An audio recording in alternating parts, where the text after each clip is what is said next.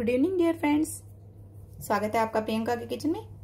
तो फ्रेंड्स, कभी कभी मीठा खाने का मन करता है, लगता है क्या बनाया जाए, क्या खाया जाए, कुछ समझ में नहीं आता है। तो आज मेरे घर में जो ये मिल्क पाउडर था, तो आज मैं मिल्क पाउडर के गुलाब जामुन बना रही हूँ। तो इसके लिए मैंने ये मिल्क पाउडर लिया है एवरीडे का। आप कोई भी फुल क्रीम का मिल्क पाउडर ले सकते हैं। तो चलिए मिल्क पाउडर से बनाते हैं आज गुलाब जामुन। तो आइए देखते हैं क्या क्या हमको लगेगा गुलाब जामुन बनाने में, कौन कौन से इंग्रेडिएंट्स लगेंगे। तो सबसे पहले लेना है हमें मिल्क पाउडर लेना है। सबसे पहले 2 कप मिल्क पाउडर लेंगे हम माप के। अब मैंने ये घर का नॉर्मल कप लिया है, आप कोई भी कप ले सकते हैं। और इसको इस तरह से लेवल में कर लेना है। तो इस तरह से हमें 2 कप मिल्क पाउडर ले लेना है। तो 2 कप मैंने ले लिए हैं मिल्क पाउडर के। अब इसमें डालेंगे हम 2 टेबल स्पून मैदा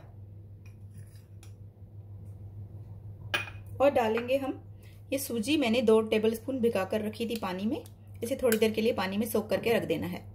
उसके बाद हम इसे मिक्स कर लेंगे। अभी इसे थोड़ी देर हम भीगने देते हैं और इसमें ऐड करेंगे 1 टीस्पून बटर। आप चाहें तो देसी घी भी डाल सकते हैं। और डालेंगे हम बेकिंग पाउडर। तो 1 टीस्पून लिया है मैंने बेकिंग पाउडर।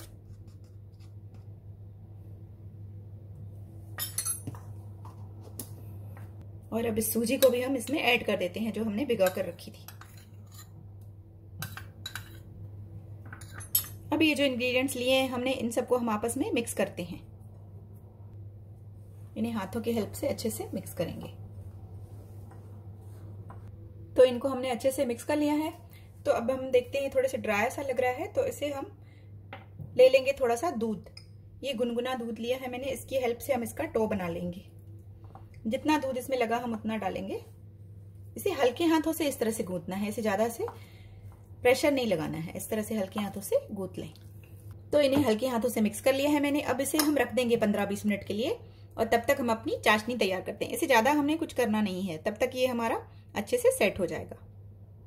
तो चलिए बनाते हैं चाशनी। चाशनी बनाने के लिए भी मैंने सेम कप लिया है जो मैंने मिल्क पाउडर के लिए लिया था। इसी से हम शुगर को माप कर डालेंगे। चाशनी बनाने के लिए भी डालेंगे 2 कप शक्कर। अब इसमें डालेंगे 2 कप पानी।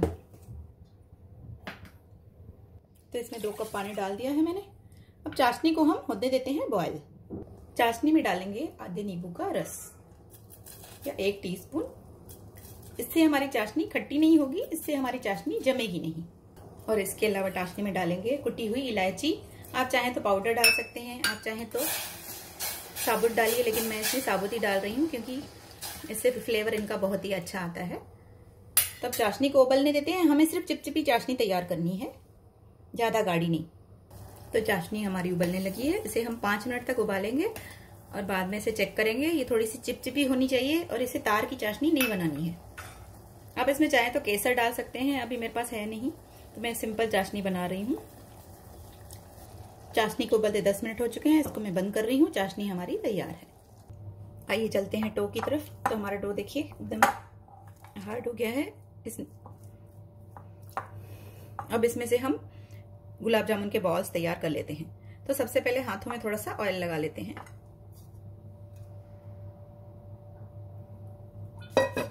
हाथों को थोड़ा सा चिकना कर लेंगे और तेल लगाकर हाथों की हेल्प से इस तरह से इसके बॉल्स तैयार कर लेंगे।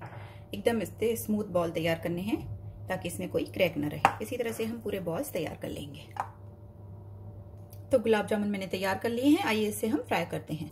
सबसे पहले छोटा सा एक गुलाब जामुन डालकर टेस्ट कर लें कि कहीं ये घी में फट तो नहीं रहा है। अगर फट रहा है तो उसमें थोड़ा सा मैदा और ऐड करें। तो हमारा ये डो नहीं फट रहा है, तो अब हम इसमें ऐड करेंगे गुलाब जामुन।